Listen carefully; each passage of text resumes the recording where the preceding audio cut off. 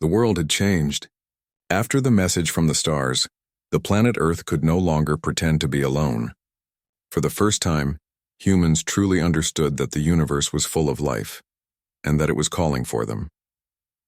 Commander Elena Voss stood on the deck of Helios Station, watching the distant blue glow where the alien ship had appeared days ago. She still remembered the words that had echoed in her mind. "You were hidden to grow. Now your time has come." Those words refused to leave her thoughts. The Council's decision in Geneva, the United Earth Council gathered again. The great glass dome of the Council Hall reflected the morning sun as world leaders and scientists argued across the circular table. Some believed the call was a trap. Others thought it was destiny. President Malik of Earth United said firmly, "For too long we have asked if we are alone. Now we have our answer. We must prepare, but not in fear. We must prepare with purpose." The room fell silent. Dr. Isaac Wren stood and pressed a button on his pad. The holographic map of the galaxy appeared above the table, filled with glowing dots representing distant stars. "The message we received was encoded," he said. "We've managed to decode a portion of it. It contains coordinates, leading to a region near the galactic center." He paused. "That must be where the Council, this galactic alliance, waits." The leaders looked at one another. Humanity had only just begun exploring the outer reaches of the solar system. Reaching the galactic center would take lifetimes with current technology. But then, Dr. Wren smiled. "Unless we use their technology." He showed another hologram, images of the strange energy left behind by the alien ship. "Our scientists have been studying the particles near the moon. We believe it's a type of spatial corridor, an artificial gateway through folded space. If we can learn how it works, we could reach the other side of the galaxy in days instead of centuries." Excitement filled the room, mixed with fear. Commander Elena, present at the meeting through a projection, said calmly, "Then we need to build ships capable of surviving that kind of travel." The Council agreed. Thus began Project Dawnlight, the most ambitious mission in human history. The builders of Dawnlight across Earth and Mars, factories came alive. The greatest engineers, pilots, and scientists joined together. Every nation contributed resources. Even the mining colonies of the asteroid belt sent metals and rare elements. The people of Earth felt a new purpose, one that united them as never before. The Dawnlight fleet was to be humanity's first interstellar force, not a fleet of war, but of readiness. Under Commander Elena's leadership, 3 great ships were designed. UES Solstice, the command ship, equipped with deep space sensors and communication arrays. UES Horizon, a science and research vessel, built to understand whatever humanity might find. UES Vanguard, a defense cruiser, heavily armored in case of danger beyond human knowledge. Each ship was massive, built in orbit around the moon, where thousands of workers labored under the light of Earthrise. Echoes from the past, during the construction, Dr. Wren uncovered something strange. The energy readings from the alien gateway matched patterns found in ancient ruins on Earth. He traveled to the Sahara Desert, where deep beneath the sands, old structures had been discovered decades earlier, structures that no one could explain. The carvings on the walls looked alien but familiar, as if created by human hands that had seen the stars long ago. Wren walked through the dusty tunnels with a flashlight. "These symbols," he whispered, brushing his hand over a glowing line, "match the language patterns from the message." His assistant frowned. "You mean whoever built this knew about the galaxy?" Wren nodded slowly. "Maybe they were the first to be called. Or maybe the Guardians who hid us left their mark here." He took a small metal cube from the chamber. Inside, a blue crystal pulsed faintly. "Whatever this is," he said, "it's part of the key." Back on Helios Station, the crystal reacted to the alien energy field. A new set of coordinates appeared, different from before. It was not the galactic center. It was something closer, a rendezvous point. The first contact mission. The Council approved a daring mission. The Solstice, commanded by Elena Voss, would lead the fleet through the coordinates to meet whoever or whatever waited there. As the ships prepared to depart, crowds gathered all over Earth to watch the launch. From the floating cities of the Pacific to the domes on Mars, billions of eyes turned upward. Elena's voice came through the broadcast, calm and steady. We go not as conquerors, but as representatives of our world. We go to learn who called us and why. Humanity stands ready. Cheers erupted across the planet. At the scheduled hour, the 3 ships activated their engines. Rings of blue light surrounded them, humming with power. Then, one by one, they vanished into a shimmering gateway above the moon. The same kind of rift that had once brought the alien ship. The fleet was gone. The journey. Through the fold, the space beyond the gateway was unlike anything they had imagined. It wasn't dark. It shimmered with rivers of light flowing in every direction, as if space itself were alive. Strange shapes drifted in the distance, silent and glowing, neither solid nor energy. "Where are we?" whispered pilot Kiratan from the Vanguard's cockpit. "Between," replied Dr. Wren from the Solstice. This must be the folded space the aliens used to travel. For hours they sailed through the bright currents, following the coordinates sent by the crystal. The sensors detected echoes, signs of other ships moving far ahead. Then suddenly the currents parted. Before them stretched a vast radiant space station, larger than any human city, orbiting a small white star. Its surface glittered with 1,000 lights, and huge banners of energy floated around it, each carrying strange symbols. "By the stars," breathed Kira. "Is that the Council?" The communication channel came alive. A deep, calm voice spoke. "Human fleet, you have arrived. The galaxy welcomes the Silent Ones, the Galactic Council." The ships docked at the station under guidance from alien vessels shaped like crystal wings. When the airlock opened, Elena and her team stepped into a vast hall filled with beings from dozens of worlds. Some floated, some walked on multiple legs, and others shimmered like water. All turned to face the humans. At the center stood a tall figure with silver skin and gentle eyes. "I am Ethar of the Lyrians," he said. "On behalf of the Galactic Council, we welcome you. You have been hidden for many ages. The ones who shielded you did so for a reason." Elena bowed slightly. "We received your call." "Why now?" Ether's expression grew dark. "Because the darkness returns. The Oblivion Swarm spreads once again. Worlds fall every day. We have called every species capable of thought and courage to stand together. The humans were meant to be the last to awaken." Dr. Wren exchanged a glance with Elena. "Then our silence was protection," he said softly. Ethar nodded. "Yes? You were shielded until the moment your spirit was strong enough. Your kind carries something the swarm cannot consume. Will." The hall echoed with murmurs. Many alien leaders studied the humans with suspicion and awe. One, a tall insect-like being from the Vryn Dominion, spoke sharply. "They are too young. They will break before the first battle." Elena stepped forward calmly. "We may be young to you," she said, "but we have faced extinction before. We survived ourselves. That is our strength." Her words silenced the hall. Ether smiled faintly. "Then perhaps the prophecy was true. The Silent Ones will rise when the galaxy trembles." He turned toward a large window showing the stars beyond. "Your training begins at dawn. The swarm is moving closer to the outer rim. If we cannot stop them, all light will fade." The spark of unity. That night, Elena stood by the window of her cabin aboard the Solstice, looking at the stars of an alien sky. Around her, thousands of ships from different species gathered in formations. Some sleek, some massive, all shining in colors humanity had never seen before. She touched the glass gently and whispered, "We were silent for so long. Maybe this was what we were waiting for." Dr. Wren entered, holding the crystal cube. "This thing," he said, "it's reacting again. I think it's part of something larger, maybe a beacon. Whoever placed it on Earth wanted us to find it when the time was right." Elena nodded. "Then we'll find the rest. For Earth. And for the galaxy." Outside, the alien station glowed brighter as hundreds of fleets prepared for war. The humans had finally stepped into the light of the stars. They were no longer hidden. They were part of the galaxy now, and the galaxy for the first time in millennia felt hope.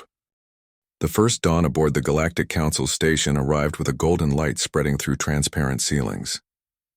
Commander Elena Voss stood in her uniform, gazing out at the endless sea of ships surrounding the station. Each ship carried a flag, a color, a symbol of a different world. Now humanity's flag, a blue and white emblem shaped like Earth, floated among them. For thousands of years, humanity had been hidden. But that silence had ended. Now the galaxy watched them with both curiosity and doubt. Today, the humans would face their trial, a test to prove their worth to join the Council and the Great Alliance preparing to fight the Dark Swarm. The Council's judgment. The Council chamber was a vast circle made of shining silver and crystal. Dozens of alien leaders sat in curved rows, each glowing with the color of their homeworld.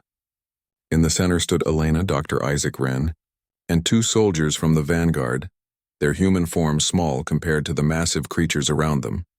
Ethar of the Lyrians, the silver-skinned ambassador, raised his hand for silence. "Humans," he said in a calm but powerful voice, "you come from the hidden world. The veil that shielded you for ages has now fallen. The Council wishes to see if your species can stand beside us against the swarm." Elena stepped forward. "We are ready to stand. We only ask for the chance to prove it." From the side, a deep voice growled. It came from a tall, armor-plated being named Rator of the Vryn Dominion. "Words are wind. Let them show their strength if they have any." Murmurs filled the chamber. Ethar nodded slowly. "Then the humans shall face the trial of resolve." He turned to Elena. "It is not a test of weapons or numbers, but of courage, unity, and heart. It will show the truth of your spirit." Elena met his gaze. "We accept." The trial begins. The humans were taken to a vast training ground inside the station, a place filled with alien technology, open terrain, and simulated worlds created through energy fields. It was a test environment where reality could be shaped. The challenge was simple: reach the core beacon at the center of the field. But between them and the beacon lay illusions, traps, and tests created from their own memories.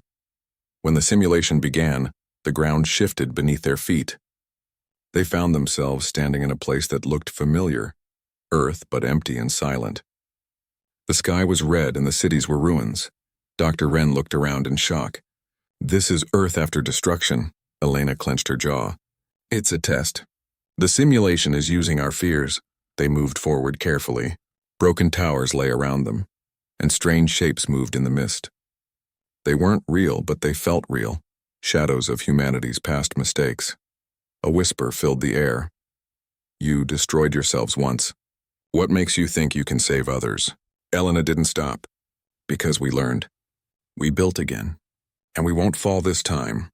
The shadows hesitated. Then they faded, the city slowly repairing itself as they walked. The alien observers watching through the screens were silent. Ether smiled faintly. They faced their fear not by fighting, but by remembering who they are. The second test.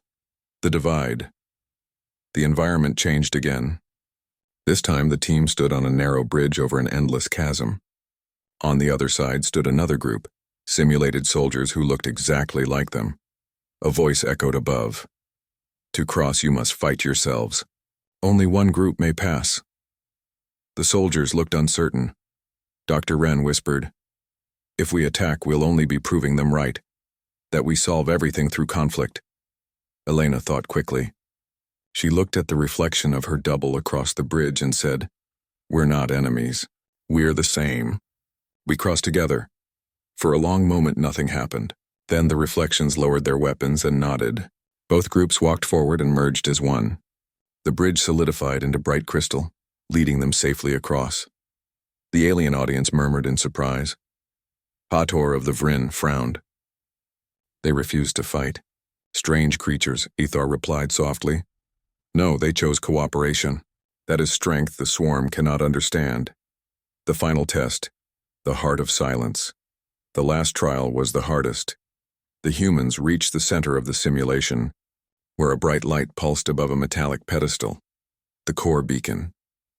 But the moment Elena stepped closer, the light dimmed and a deep, cold voice filled the air. "You think you are ready for the galaxy, little humans?" Everyone froze. The voice continued, "You cannot stand against the swarm. You will burn as countless worlds have burned before you." Dr. Wren shouted, "Who are you?" The light twisted and formed a shape, a shadow with glowing red eyes. "I am a memory of the darkness, a fragment of the swarm's will. Even here we watch." The air grew heavy. The soldiers raised their weapons, but the shadow moved like smoke, unharmed. It spread through the area, darkening the simulation. Elena stood tall. We are not afraid of shadows. The shadow laughed. You were hidden because they feared you would fail. They feared you would destroy yourselves again.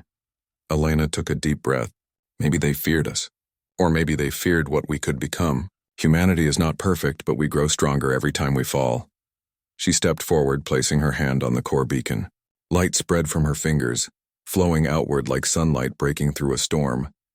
The shadow screamed and faded into dust. The darkness vanished, replaced by the golden glow of the real world. The test was over. After the trial, when the simulation faded, Elena and her team stood once again in the council chamber. The alien leaders watched them silently. The humans were tired but unbroken. Ethar rose and spoke, his voice echoing across the hall. They have faced their fears and stood together. Their hearts are unshaken. The silent ones have passed the trial. Some aliens applauded softly. Others remained uncertain. But the council had decided. Humanity would join the alliance. Elena bowed her head respectfully. Thank you, honored council. We will not fail you, Ethar smiled. Your next test will not be a simulation. The swarm's scouts have entered the rim worlds. Your fleet will join us in defense. The room grew quiet again. The first real battle was coming, a message from the stars later. In her quarters aboard the Solstice, Elena reviewed the trial data. Dr. Wren entered, holding the small crystal cube they had brought from Earth. It's glowing again, he said. After the trial, it started to change. He placed it on the table. The crystal projected a faint hologram, an image of stars connected in a pattern. It wasn't random. It looked like a map. Wren frowned. These coordinates aren't part of council space. They lead to a dead zone, an area long abandoned. Elena studied it carefully. Maybe that's where the ones who hit us came from. The cube pulsed once more, and a voice, soft and ancient, echoed faintly. Children of Earth, the final key awaits. Seek the Forge of Dawn. Then it went dark. Elena stared at it for a long time. The Forge of Dawn, she whispered. Whatever that is, it might be the reason we were hidden. The rising fleet days later, humanity's ships stood ready beside the alien fleets. Massive vessels of every shape and color filled the void outside the station. The Dawnlight fleet shone bright among them, its silver hulls reflecting the light of a nearby star. Elena addressed her crew over the intercom. This is not just our first mission. It's our first step into the galaxy as equals. Remember who we are. Remember where we came from. Humanity stands, not as conquerors, but as guardians. Her words spread across every channel, heard by humans on Earth, Mars, and the stations beyond. Pride filled their hearts. From the command bridge, Dr. Wren looked at her and said, We're really doing it, Elena. We're part of something greater now. Elena nodded. Yes, but this is only the beginning. The swarm is coming, and we'll need everything, our science, our courage, and maybe the secrets of the Forge to survive. Outside, the fleets aligned. Dozens of alien ships powered their engines, creating streaks of light. The humans followed, their vessels glowing blue as the gateways opened. One by one, the fleets vanished into the void, heading toward the outer rim, toward the first battle that would decide the fate of worlds. A whisper in the dark far away. In the cold depths beyond known space, a shadow stirred. The swarm, vast and endless, moved like a living storm, devouring everything in its path. Among them, a dark voice whispered, The silent ones awaken. Just as before, this time they will not escape. The stars dimmed as the darkness spread. The great fleets of the galaxy moved through the stars like rivers of light. Thousands of ships from different worlds sailed toward the rim of known space, where the darkness of the swarm had begun to spread. Among them was the human Dawnlight fleet, small compared to the others but burning bright with new hope. Commander Elena Voss stood on the bridge of the UES Solstice, watching the distant lights fade behind them. This was humanity's first true journey beyond all known charts. Ahead lay a war, and a mystery older than the stars. Dr. Isaac Wren stood beside her, studying the glowing crystal cube on his console. It had guided them before, and now it pulsed again, faintly but steadily. Elena, he said quietly, it's calling again. The signal is stronger the farther we go from council space. Still leading us to the Forge of Dawn? She asked. He nodded. Yes, but there's something strange. The coordinates aren't in any known map. That area is supposed to be empty. Elena looked out at the endless dark. Then maybe it's time we find out what's really out there. The edge of the galaxy. After a week of travel through folded space, the fleet reached the border of the galactic rim. The stars here were thin and cold, shining faintly against a background of black clouds.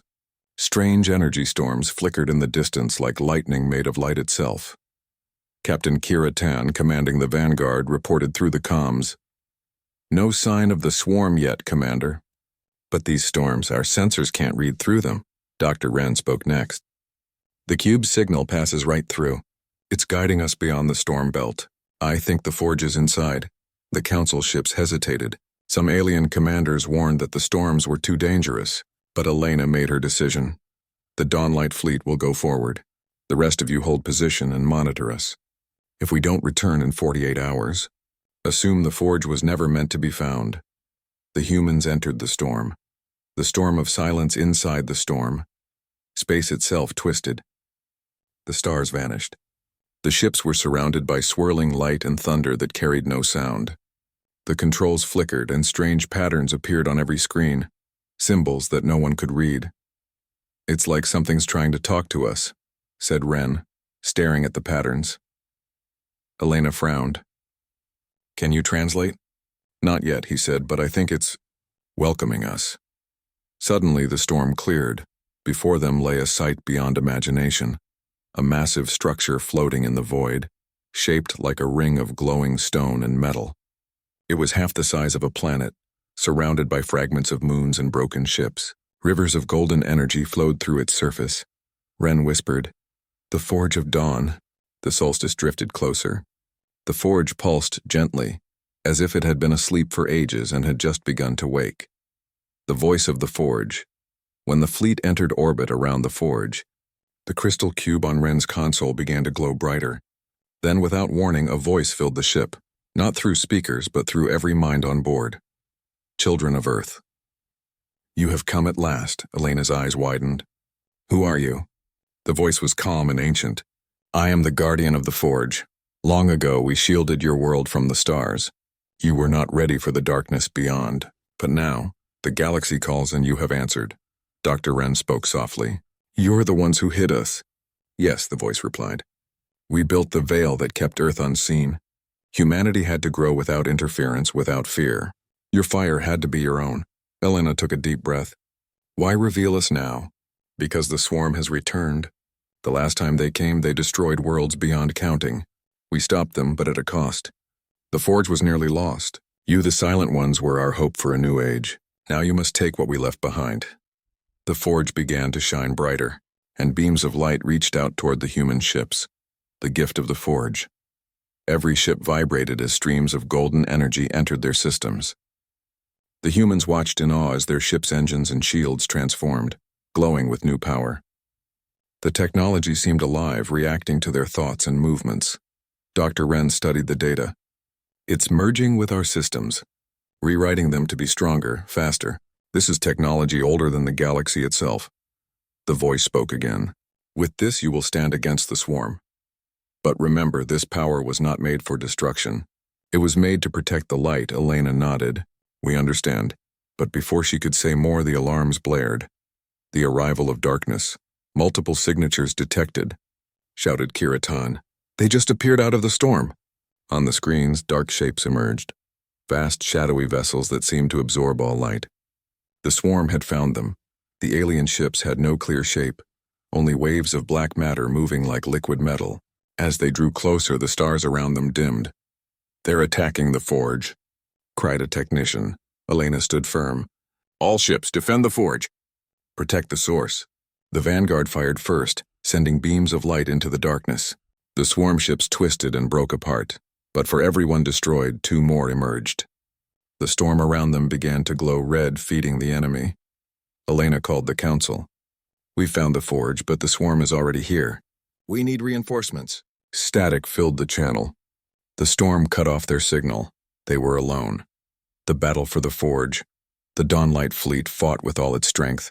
Human ships, now powered by the forge's energy, moved faster than ever before. Their weapons shone like miniature suns cutting through the dark waves. Dr. Wren shouted over the noise. "The forge is reacting. It's trying to activate something, but it needs more energy."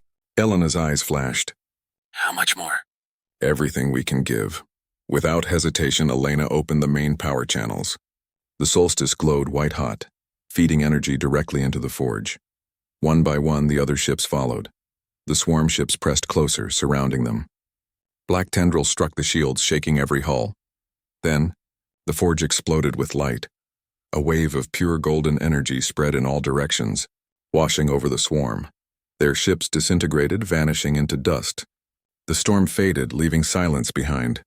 Elena blinked through the bright glow. "Report," Kira's voice came through the static. "Damage is heavy, but we're still here. The forge is stable." Ren stared at the readings. "It's not just stable, it's alive." The message in the light as the glow settled. The forge projected a final image into space.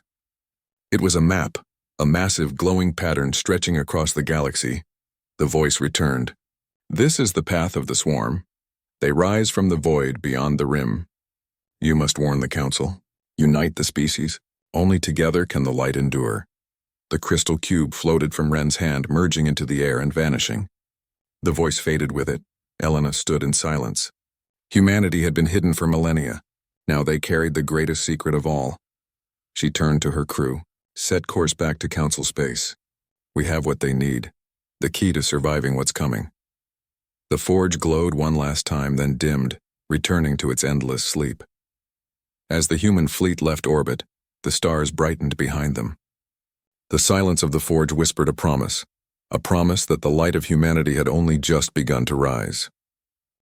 The human fleet returned to Council space, their ships shining with the golden light of the forge. Across the galaxy, every world turned its eyes toward them. The story of the Silent Ones, the hidden species that had awakened to answer the call, spread like wildfire. For the first time in thousands of years, hope rose again, but so did fear. The swarm was moving faster than expected. Whole systems vanished in silence, their stars consumed by darkness. Even the Council's strongest fleets could not stop them for long. The final war had begun. The call to unity. The Galactic Council gathered in the Hall of Stars. Thousands of species filled the great chamber. The air trembled with tension. Ethar of the Lyrians stood before the assembly. "The swarm has reached the inner rim. The forge has been reawakened, and the humans have returned with its gift. If we do not stand together now, there will be no tomorrow." Commander Elena Voss walked forward, her voice clear. "The forge gave us power, but it also gave us a message. We cannot win alone, only together." Dr. Ren activated a holographic map. "This shows the path of the swarm. They move in waves, feeding on energy. But there's a weak point. Their core hive at the edge of the void. If we strike there, we can stop the spread." Rator of the Vryn rumbled. "It's suicide." Elena met his gaze. "Maybe, but it's our only chance." After long silence, Ether said, "Then humanity will lead the charge. The Silent Ones will light the way." The Council agreed. Every fleet in the galaxy prepared for the final stand. The Great Alliance days later, the sky above the Lyrian system filled with ships. Millions of vessels from every world gathered, living fleets of light and steel. The humans stood at the front, their dawn-light fleet glowing brighter than ever. From the bridge of the solstice, Elena watched as the stars shimmered with the energy of unity. "We were hidden for so long," she said softly. "But maybe it was so that we could come when the galaxy needed us most." Dr. Ren smiled. "Then let's make sure we don't waste that chance." The combined fleet activated its engines. The sky turned white as the great armada entered the fold, racing toward the darkness that threatened them all. The Battle of the Void. The final battlefield lay beyond the rim of the galaxy. There, space was empty, cold, and silent. The swarm filled it like a living storm, an ocean of shadows stretching across light years. When the Alliance arrived, the darkness moved. Countless swarm vessels rose like waves surrounding the fleets. Elena gave the command. "All ships, defend the light!" The stars came alive. Beams of energy crossed the void. Explosions lit the blackness and ships vanished in flashes of fire and shadow. But the human fleet held firm, their golden shields glowing brighter with every hit. Dr. Ren shouted, "The forge energy, it's reacting. The more we fight together, the stronger it becomes." Elena smiled grimly. "Then we stay together." The fleet pushed forward. cutting a path straight toward the swarm's core hive. A massive sphere of darkness devouring all light. The heart of the swarm. The closer they came, the colder the air grew. Systems flickered and whispers filled the comms, voices of fear and despair. Many ships faltered. Elena opened a wide channel. "Listen to me, all of you. We may be from different worlds, but today we are one. The darkness feeds on fear. So we fight not with fear, but with hope. Let the galaxy see what we are." Her words spread across every ship. Even the alien captains felt it. The human fire. That unbreakable spirit that refused to bow. Together, they surged forward. At the center of the hive, a vast red eye opened. "You cannot stop the end," the swarm's voice thundered. "All light will fade."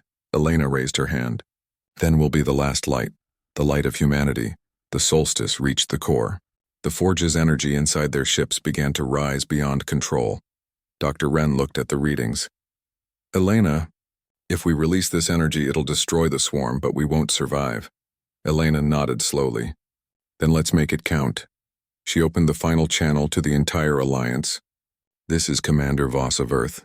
The Forge gave us this power to protect life. If we must fall, then let our light become the shield for all who remain." All around them, ships responded. Humans, Lyrians, Vryn, and hundreds more. One by one, they linked their energy to the solstice, forming a single golden network that spread across the stars. The swarm closed in.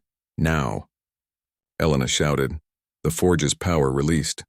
The dawn of a new age, a wave of pure light burst across the void. It spread faster than any weapon, brighter than any sun.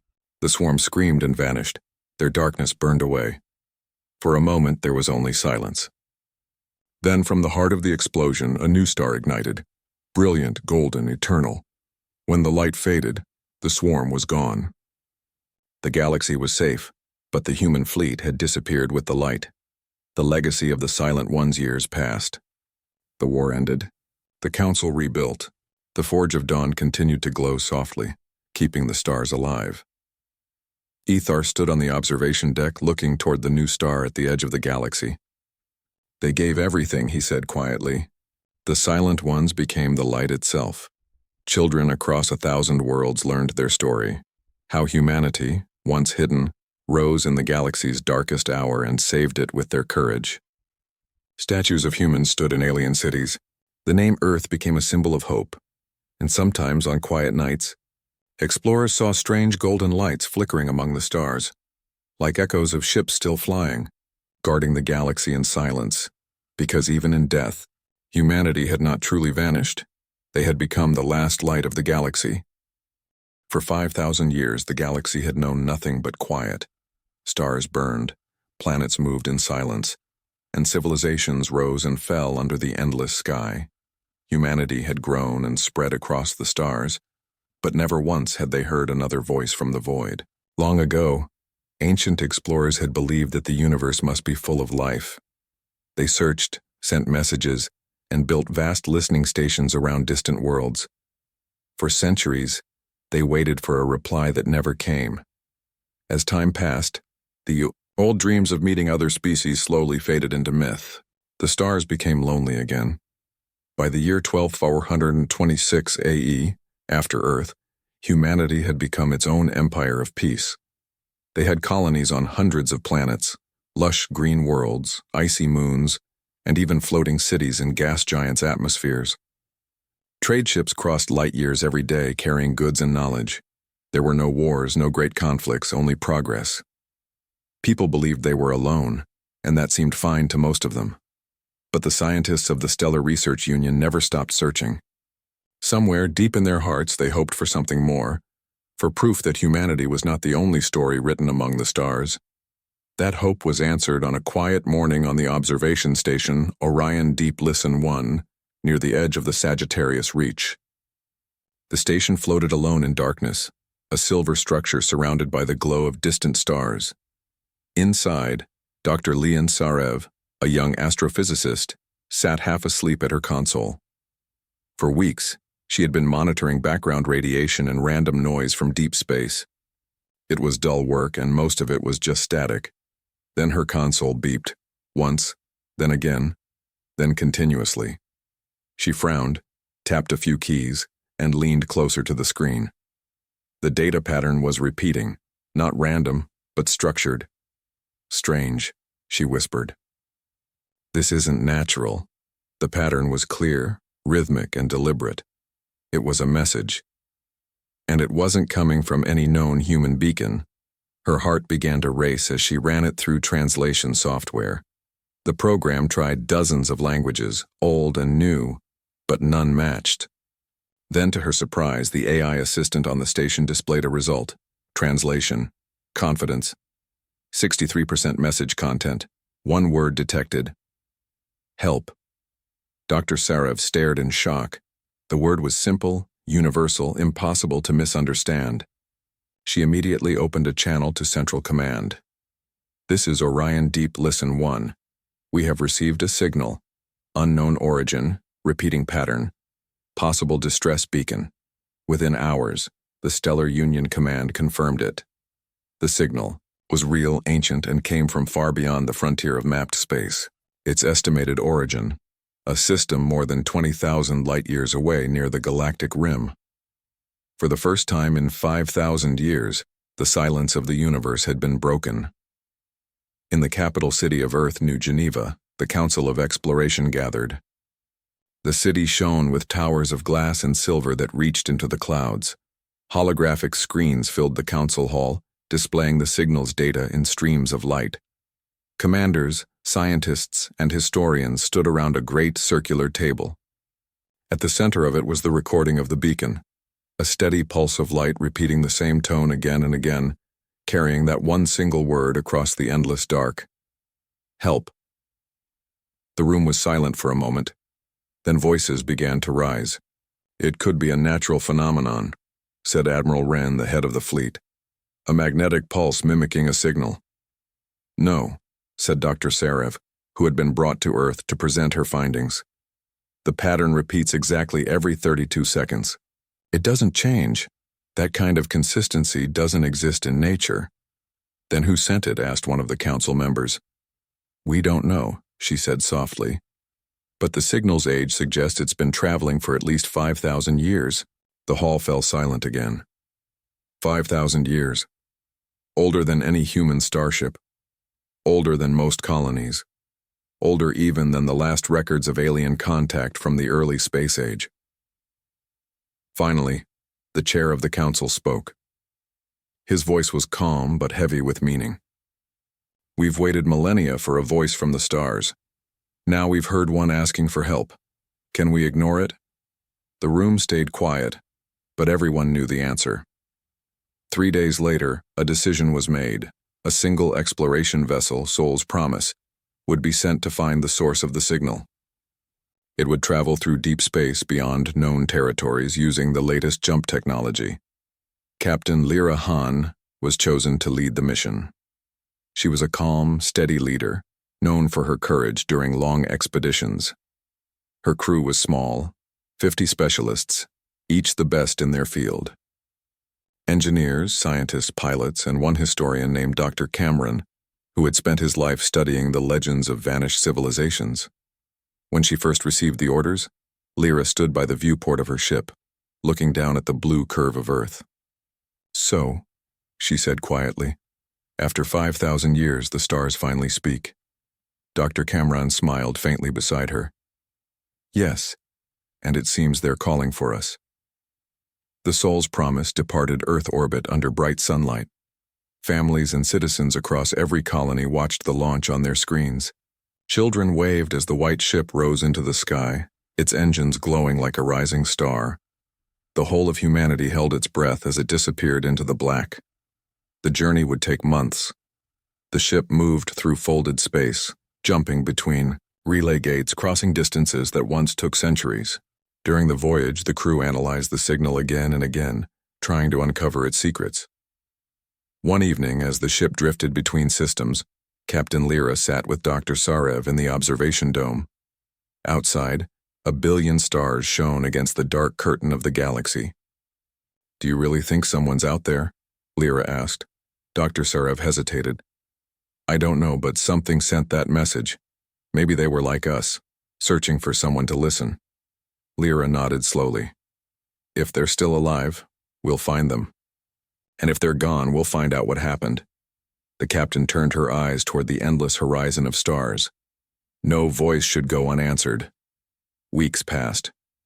The crew grew closer, united by their shared purpose. They found comfort in small things, stories from home, laughter in the mess hall, the soft hum of the engines that carried them through the void. But as they neared the coordinates of the signal's source, the mood grew tense. The galaxy ahead looked strange. Their scanners showed debris, vast fields of wreckage drifting in silence. The light of dead stars glowed faintly on broken metal and shattered hulls. There were no signs of life, no movement, only ruins that stretched for millions of kilometers. "This isn't a natural field," said the navigator. "These are ships, thousands of them." Captain Lyra stood at the command platform, eyes wide. "Ships of what kind?" "Unknown," replied the navigator. "They're not human designs." The crew exchanged uneasy looks. Dr. Cameron whispered, "It's a graveyard." As they drifted deeper into the field, the scanners detected something else, a faint pulse, the same as the original signal. It came from the very center of the wreckage. The captain gave a simple order: "Take us closer." The Soul's Promise moved slowly through the ruins. Massive metal frames floated silently in the void, some as big as cities, others broken into fragments. Strange markings glowed faintly on the hulls, written in languages no human could read. At the center they found it, a small metallic sphere, no larger than a shuttle, still glowing with pale blue light. It was the beacon. Dr. Sarev's hands trembled as she scanned it. "It's still active, after all this time." Captain Lyra nodded. "Let's bring it aboard." As the beacon was lifted into the cargo bay, a soft hum filled the air. The sphere began to shine brighter. Holographic light spread from it, forming shapes and images in the air. The crew gasped as they saw towering figures of light, tall, graceful beings with eyes like stars, locked in battle against shadowy shapes that seemed to swallow light itself. The holograms flickered, showing flashes of explosions, collapsing worlds, and then darkness.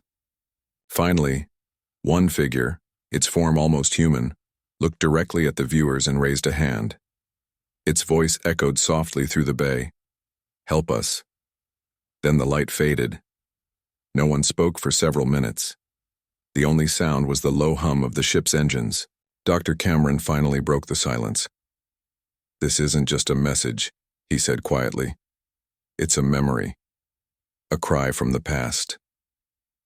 Captain Lyra looked out through the viewport at the endless graveyard of ships. Her eyes were steady, her voice firm. 5,000 years of silence," she said, "and now they're asking for us. Let's find out who they were." The Soul's Promise turned toward the map coordinates projected by the beacon. Beyond the horizon of stars, the path led deeper, into the unknown, toward the heart of the galaxy where answers waited. Humanity had heard the call, and after 5,000 years of silence, they were finally ready to answer.